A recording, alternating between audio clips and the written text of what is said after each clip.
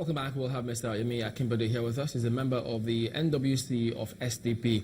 What would you consider as the biggest impediment to opposition pulling together to form perhaps a bloc and give the voters a chance, rather than having several groups who didn't pull as much weight as expected? The major being is self-serving, self-centeredness, selfishness. On the part of the politicians? On the part of the politicians. Some of us are selfish, that we believe if it is not us, it should not be any other person.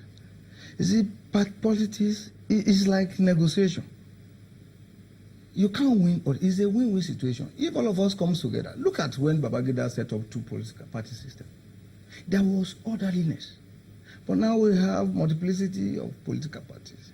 It's just a distraction.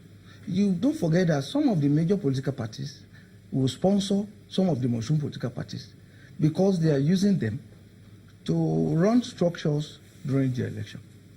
What do you mean run structures? What I'm saying is that you discover that one single person may be behind 4 political parties in Nigeria using pseudonyms. What is the essence of that? The essence of that is when I'm going to election, I'm going to accredit agents. I'm going to accredit party officials.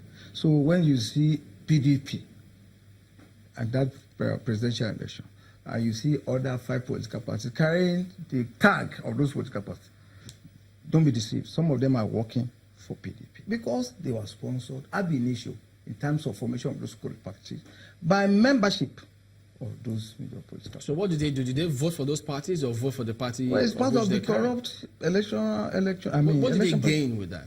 What did they gain? If I have 4 agents against 1 at the polling unit, what voice is one going to have against 4 if you want to go to election manipulation? Are you getting my point? So they actually use the agents to manipulate the results. That is true. What I'm trying to say is that a single party dominant at the national level might be involved in registration of about 10 political parties. So when they go to election, those political parties will represent their interests, but carrying their own identity as party agents. These are things that happen. So they want more voice. More voice at the election. Because even at the election point, you can carry a banner and influence voters. This is where you are going to vote. Most of those guys are naive, especially in those communities. Only in Lagos and Abuja, you have people, educated people, sophisticated electorate. Shambali, nobody can buy you. If you want to vote, you are going to vote. But it doesn't happen in those places. One person will sit down and control 200 voters. When he has money, he say, this is where you are going to vote. And that's what, some of them will do the voting and be showing to them, they have voted. So these are some of the manipulations we are talking about.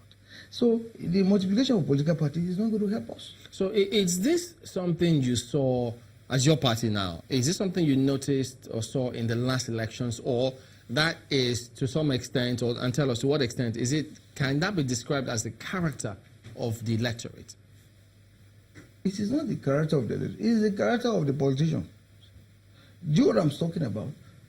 We are deceiving ourselves. I've said this several times, that we have to be truthful if we want to resolve the problems of this country. You see one single person registering 5 political parties, waiting to use that to harness power, aggregate opportunities to the unit of election. What that shows is that in my village, if I'm standing in my unit, you have 10 political parties. In actual sense, it might be 4. So one party has advantage of 7 agents, where the others become so helpless. And what do? The agents canvass for votes. They protect the interests of their parties. Canvass for votes? Yes, of course, tactically. You are not going to be there. If people go out to move people to come and vote, please, I've been talking to you. But you can only move people who have their permanent voter cards. Yes, of course, those who have their voter cards are the people that vote at. So are they predetermined voters that they move? No. What I'm saying is that you know who votes in your community. In my household, I know who votes. I can go and tell them, please vote for my party. But at the same time, when they are coming, some of them may decide not to vote for me. But because I'm a very huge influence in that community, in that household, I can sit down somewhere, or ask my agent to sit down somewhere and monitor these people. Let's see where their vote goes to. How much control do you have over your members when it comes to the voting process? Because if you say that you're not playing somewhat dirty, like Yeah. some other parties spending money to buy votes. If you're not doing that and you've been under the rain, you've spent nights Yeah. campaigning, telling the people and your members Yes. that this is our agenda, this is what we want to achieve for our people. Yes, and sir. then at the end of the day, you still didn't win. How Yes, do sir. you have control over your members to Well, ensure that they vote for you and well, not for in another terms of party control, and not being induced in by terms money? of control of human being, I think I will tell you clearly that nobody can say he has control of people. What you do is party loyalty and affinity, and you build that in through the electionary campaign. The time may be short for us, but we did our best.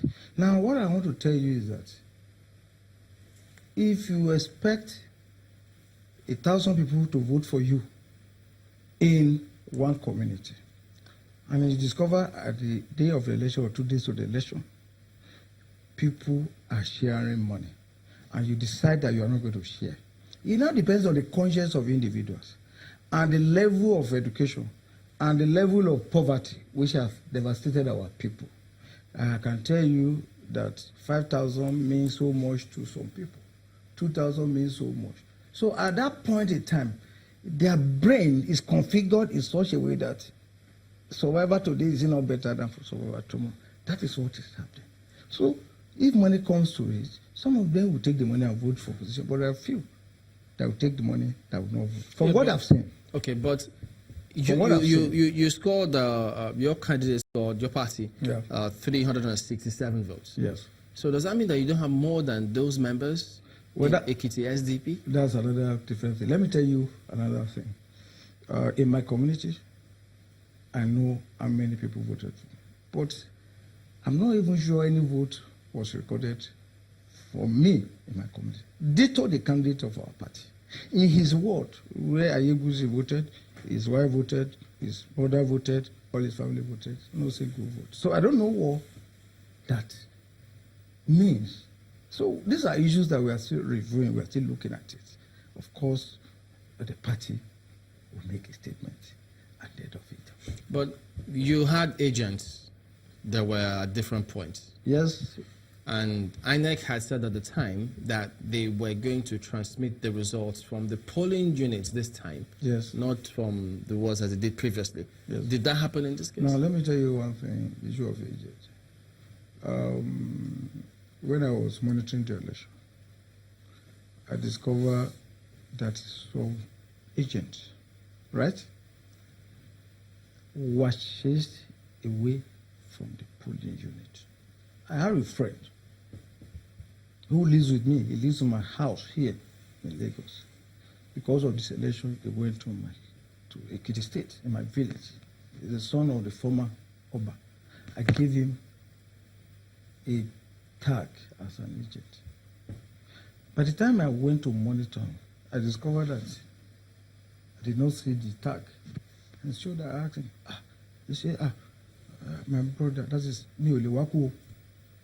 That translates to I cannot die because of another person. So, see, the situation here is not conducive for him. I'm telling you a true life story. Was he intimidated? What happened? Why did he have Yes, to of throw course, it away? intimidation. By who? I mean, by whoever.